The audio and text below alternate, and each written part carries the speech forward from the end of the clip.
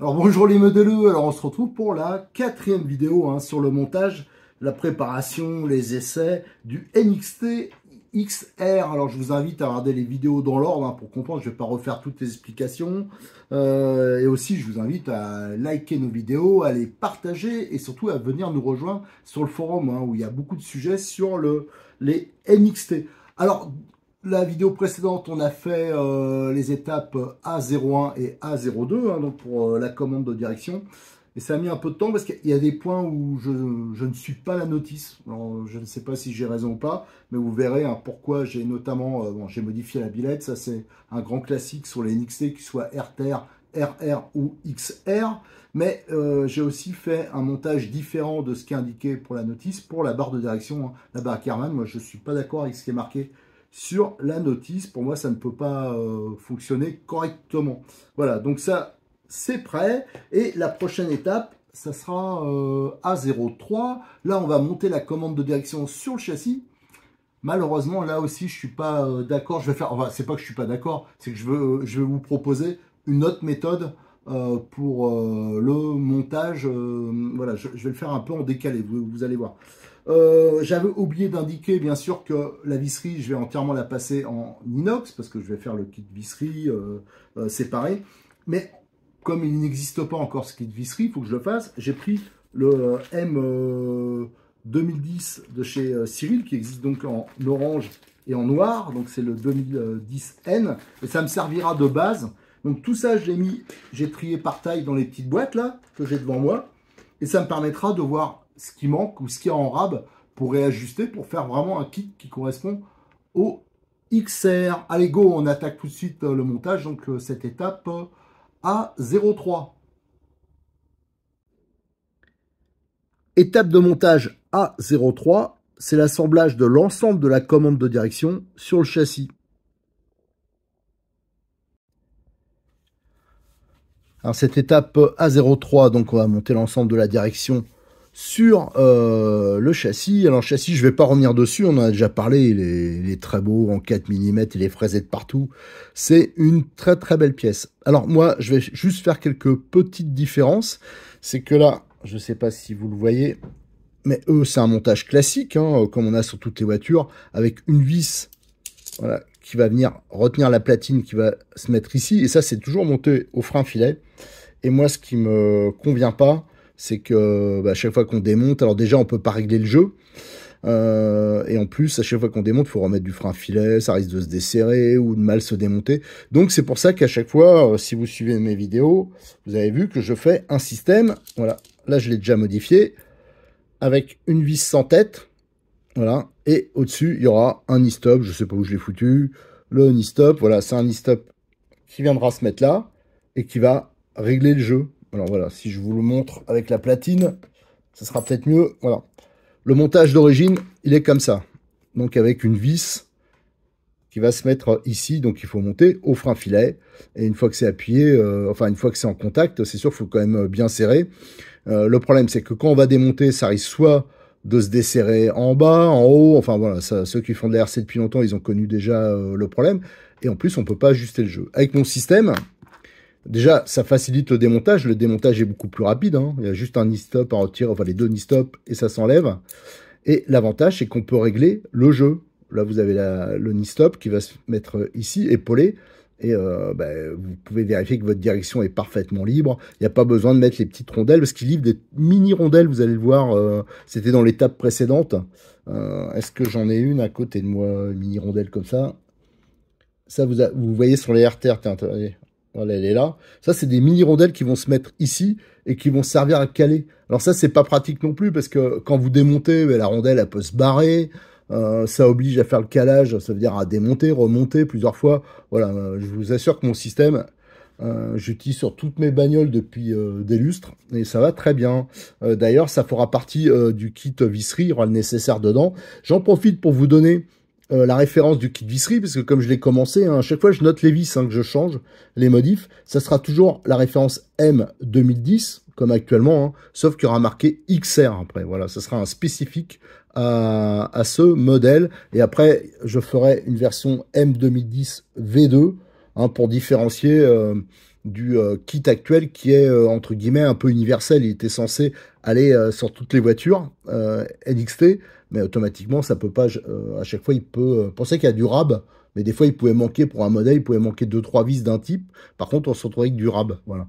Donc, on va essayer de spécialiser un peu. Donc, autre chose que j'ai fait, c'est que là, normalement, c'est une vis 3x8, ils indiquent. Moi, j'ai mis une 3x10 inox.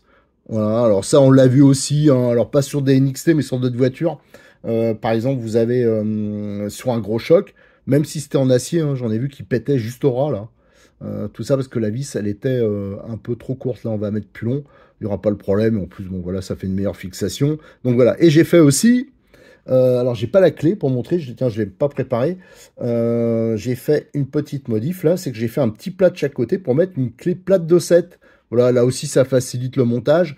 Même si des fois, ça suffit avec une pince à lu à le tenir. Mais tout ça, c'est pour éviter d'abîmer ou faciliter le montage donc et le démontage. Alors je rappelle, hein, ça, la nouvelle platine, va falloir fixer cette pièce. Alors c'est dans ce sens-là, ouais, il y a marqué Made in France là, et voilà, ça va venir se mettre comme ça. Et là, on va le fixer. Ici, c'est fileté avec des vis, les vis inox que j'ai montré, qui sont ici. Là, pareil, qui feront partie du kit, c'est des 3x6, voilà, donc ça je vais le monter, je vais déjà assembler ça, je vais le monter au frein filet. Alors là je vais mettre du frein filet fort. Alors pareil, comme d'habitude, moi je ne mets pas sur le pas de vis, parce que quand vous allez le mettre là, ça va en foutre partout, et après ça va, voilà, il faudra nettoyer. Enfin c'est le problème qu'il y a souvent avec les RTR, notamment les glissières. Tiens, sur les NXT, mais comme tous les autres aussi, hein, les glissières sur les RTR, on a du mal à faire coulisser le moteur, parce qu'il y a du frein filet sur le filetage, ils mettent, et bien sûr ça se met entre la glissière et la vis. Donc là, avec une petite pointe, voilà, je ne l'ai pas là, mais je vais aller mettre directement sur le filetage, et je vais faire ce montage. Donc ça, on va le faire. Pour cette partie-là, j'ai déjà modifié. Alors ce que je vais faire, hein, pareil, hein, pour avancer un peu, je vais directement le monter, là pareil, au frein filet fort, hein, sur le châssis. Une fois que ça c'est fait, je reviens vers vous. J'ai un peu progressé, alors notamment on a monté la platine, voilà, de Sauve-Cerveau, donc qui est en 2 parties. Et là c'est plutôt pas mal, enfin je trouve que c'est vraiment des belles pièces. Donc c'est fixé avec de la visserie donc inox, hein, ce que j'ai modifié, avec du 3x6 tête cylindrique comme de boîte. Et j'ai monté au frein filet fort, voilà l'ensemble. Alors là sur cette étape il parlait déjà de mettre l'insert. Je verrai après, hein, c'est parce que je n'ai pas encore assez étudié cette histoire d'insert, parce qu'il y a beaucoup de possibilités. Donc, il faut que je regarde ça de plus près. Donc, on verra ça par la suite quand on montera la triangulation. Quant aux, voilà, les axes de sauve-cerveau, ils sont montés sur le châssis, nickel. Donc, ça aussi, je l'ai monté au frein filet fort. Et je me suis un peu aidé hein, avec mon montage. Vous voyez, comme ça me permet de le tenir. Je ne sers pas vraiment avec, c'est juste pour le tenir. Donc, vous avez la clé de 7. Voilà, ça, c'est ma petite modif perso. Autrement, maintenant, il va falloir que j'insère les knee-stop. Ici, vous avez le renfort avant. Voilà. Donc, il faut insérer les knee-stop à l'intérieur. Il faut faire attention qu'ils ne se cassent pas la figure. Il y en a aussi à cet endroit, sur l'avant. On va monter aussi l'ensemble de direction. Ça, on l'avait déjà fait dans l'étape A02. Et il y a les roulements à mettre. Alors, la seule différence, c'est que moi... ils sont très bien les roulements hein, d'origine, hein, c'est pas le problème. Mais moi j'ai tendance à mettre plutôt des roulements tout métal, voilà, flasqué métal. Je ferai la même chose d'ailleurs dans les roues, parce que je trouve que c'est plus facile à lubrifier pour l'entretien si on ne démonte pas tout. Voilà, donc c'est juste pour ça. Je vous donne la référence s'il y en a qui seraient intéressés pour faire la même chose. Chez Cyril, c'est donc des roulements 6-10-3 et la référence c'est M117. Alors bien sûr, hein, j'ai tout prévu, la visserie pour le montage, là c'est les 3x10 inox, je vais monter, là c'est en haut, c'est 3x12, enfin tout ça je le passe en inox pour que ce soit cohérent avec le reste de la voiture. Allez, j'assemble tout ça, et après je reviens vers vous pour voir si tout est nickel, quoi, s'il y a absolument aucun problème. Alors j'ai monté le système de direction sur le châssis, et vous voyez, c'est avec les roulements, là c'est méga libre, hein. Ça c'est vraiment un point fort de la voiture. Et moi, avec, comme d'habitude, hein, j'ai ma petite fiole Tornado, là, qui est vraiment bien. Et avec ces roulements, ce qui est bien, c'est que je peux aller mettre une petite goutte, voilà, comme ça. Je la fais agir, je l'ai fait aussi pour les roulements inférieurs. Et franchement, là, c'est hyper, mais alors, c'est méga, méga libre, hein. Pour ça que je mets aussi des roulements de ce type-là. Et vous verrez, hein, pour les roulements de roue, je ferai la même chose. Je vais mettre des roulements haute vitesse à Cyril, parce que moi, ce que j'aime bien, c'est monter. Et après, je suis pas prêt de la redémonter, hein, je veux dire, je suis pas, comme je fais plus de compétition, il n'y a pas besoin de changer les huiles pour adapter à la piste, tout ça. Je vais faire un réglage, comment dire, passe-partout, et ça m'ira parfaitement. Voilà, donc ça, c'est très bien. Maintenant, allez, je vais monter le renfort. Alors, j'ai juste fait un petit truc, hein, je voulais vous le montrer, sur le renfort de châssis avant. Les knee stop pour pas qu'ils se barrent, je les ai mis en place. J'ai mis les vis, voilà, pour pas qu'ils bougent. Et j'ai mis une petite goutte de cyano à chaque fois, voilà, pour les bloquer dedans. Voilà, tout ça, c'est pour éviter au démontage, hein, que ça se mette en vrac. Allez, maintenant, je vais pouvoir les monter sur le châssis. Alors, je viens de terminer cette étape A03. Alors, c'est pour ça aussi que je termine des fois des parties hors caméra, parce que ça me permet de faire des tests. Alors, justement, je me suis aperçu que pour les deux vis sur le châssis, c'est des 3,10 normalement. J'avais prévu ça en inox, mais j'ai préféré mettre des 3,12. Comme ça, on prend sur tout le knee stop. Ça me paraissait un peu court avec les 3,10. Pareil là, la vis sans tête que j'utilise pour mon montage avec knee stop, j'avais mis que 3,20. Parce que avec si je fais la même chose que sur le RTR, ça veut dire une 3,3 plus une 3,20 au fond. Ça me paraissait un peu long, mais en fin de compte, non. J'ai testé, le knee stop, il est trop juste. Moi, je préfère avoir un peu de marge. Pour ça que ça dépasse un tout petit peu. Donc là, j'ai fait le montage comme le RTR, 3,3 et 3,20. J'avais dit que j'utiliserais pas les petites rondelles de calage qu'on a aussi pour ceux qui ont des RTR. Ils ont dû connaître, hein, quand on retire la vis, la rondelle, généralement, elle se fait la malle. C'est pour ça que je voulais pas le mettre, parce que ça... C'est vrai que c'est galère, hein, quand on veut mettre la vis. Comment voulez-vous que la rondelle elle tienne bien en place? C'est pas toujours évident. Mais là, avec mon système, bah, la rondelle, il suffit de la mettre au-dessus, hein, elle est bien guidée, on risque pas de la perdre. Et quand on met la plaque, même si on serre complètement, je veux dire, là, je suis serré complètement et je desserre un petit coup. Voilà. C'est pas à peine de brider tout, hein. Faut juste vérifier que c'est parfaitement libre. Et là, c'est parfaitement libre, donc c'est nickel. Donc là, pour ça que j'ai mis les deux petites rondelles, hein, au-dessus des colonnettes à chaque fois. Voilà, donc rien d'autre à dire, hein. Je vous dis, pour les inserts, on le verra quand on montera la triangulation, parce que les inserts, on fera peut-être un petit épisode spécial. Je vous avoue que j'ai pas encore trop regardé ça. Allez, maintenant, on va attaquer du moins le début, parce que là, on a fait un peu long, la prochaine vidéo. Je regarde. Alors, je mets plus la tablette en face, parce que je me suis aperçu que ça... la caméra elle ne gérait plus les lumières avec l'écran devant, donc je l'ai mis de côté. Prochaine étape, ça va être les B1, B2, B3, donc c'est le différentiel avant, mais moi ce que je propose, c'est de faire les trois différentiels à la fois à la chaîne, hein. Donc on va entamer du moins la première partie immédiatement. Les étapes de montage B01, B02 et B03, c'est l'assemblage du différentiel avant. Alors on va s'attaquer à cette étape, enfin plutôt ces étapes B01, B02 et B03, mais ça c'est pour le différentiel avant, mais moi je préfère les faire les trois à la fois, hein. Donc on fera en même temps le central et l'arrière. Alors déjà au niveau accessoire, je vais prendre ma petite fiole d'huile, hein, habituelle, ça c'est de l'huile moteur. moteur de ma voiture, hein, la grande. Ça, c'est ma petite huile Tornado, hein, avec l'aiguille. Ça, c'est vraiment pas mal. Ma petite graisse M282, hein, de chez Cyril. Alors, c'est le même pot depuis des lustres.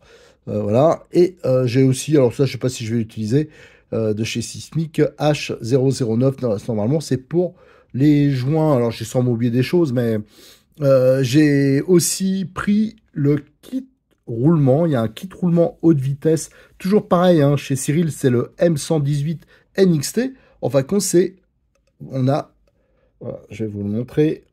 Hop, la mise au point, la différence. Ça, c'est un kit, il y a 18 roulements haute vitesse. Et c'est pour remplacer les roulements d'origine qui sont flasqués. Alors moi, c'est essentiellement parce que j'aime bien les roulements flasqués métal parce que c'est plus facile pour l'entretien quand on démonte pas, foutre un petit coup de dégrippant, ça rentre mieux dedans. Et aussi parce que ça, c'est une qualité standard comme il y a dans tous les kits, tandis que là, c'est des roulements haute vitesse, hein, un peu du même style que ceux qu'on met, de la même qualité que ceux qu'on met dans les embrayages. Donc voilà, moi c'est pour être tranquille pendant longtemps. Donc j'ai pris ce kit 18 roulements qui va nous servir, hein, parce que il y en a deux par différentiel. Alors le gros avantage, c'est que sur cette voiture, le NXT, tous les roulements sont de la même taille, à part bien sûr les roulements de la commande de direction. J'ai déjà préparé, parce que ça je sais, d'origine c'est des vis 3x12 pour fermer les différentiels. Moi je mets toujours des 3x14, donc ça fera partie du kit visserie inox. Donc ça je les ai préparés. Pour le reste, qu'est-ce qu'on peut dire? On a la couronne donc qui est différente du RTR, hein, celle-là elle est usinée, ça c'est une 46 dents. La couronne de coupe conique c'est aussi une 46 dents avec pignon d'attaque de 13 dents. Donc c'est une couronne, c'est du hélicoïdal. Voilà, donc ça c'est vraiment très solide, il n'y a pas de problème à ce niveau-là. On a le joint papier, ça c'est bien d'en avoir un peu d'avance. On a tous les pignons qui sont en acier, et là je peux vous dire qu'ils sont vraiment très très solides aussi. C'est sûrement même dans les plus solides du marché. Les axes de satellite, et on a toutes les rondelles, les joints toriques, et on a les trois sorties. Alors ça, hop, je vais vous montrer. On va regarder ça de un peu plus près, parce que là il y a, contrairement au RTR, sur le RTR il y a deux sortes. Il y a pour le différentiel central, donc ça c'est hérité des versions nitro, hein, parce que pour ça il y a le plat, c'est pour entraîner le disque de frein. Par contre, il y a une différence sur les versions renforcées, donc ces versions renforcées qui montent, qui sont utilisables sur les RTR, hein, sans problème. On a l'avant qui est plus long, donc c'est ceux-là, vous voyez, et on a l'arrière qui est un peu plus court. Et vous voyez qu'ils sont allégés, ils sont traités, ils sont vraiment très costauds, il n'y a pas de problème là-dessus. Voilà, donc ça, il y a un peu de boulot pour monter ces différentiels et pour les préparer. Parce que comme on le verra par la suite, je vais faire une petite, alors modeste, hein, préparation au niveau du corps, même si je m'aperçois que ça m'a l'air un peu mieux fini qu'avant. Les corps, mais l'état de surface, j'ai l'impression que j'aurais pas besoin de le faire, parce que souvent je passais avec du 400 à l'eau, je mettais sur un marbre, alors peut-être que je vais le faire quand même, hein, pour vous montrer, mais c'était pour vraiment avoir une surface parfaitement lisse. Ça on verra, ça c'est plutôt parce que j'aime bien fignoler. Pour le reste, rien de spécial, on va tout détailler, le montage des trois diffs. Mais ça, on le verra dans la prochaine vidéo, parce que celle-ci, elle est déjà trop longue. Et comme je veux vraiment les spécialiser, les vidéos, par étape de montage, on le reprendra, je vais le faire dans la foulée, hein. Donc sur je crois que ce sera la 5e vidéo. Allez, à très bientôt sur notre chaîne YouTube. N'hésitez pas à venir nous rejoindre sur le forum de rcmac.com et bien sûr à vous abonner à notre chaîne et à partager sur vos réseaux sociaux nos vidéos. Merci.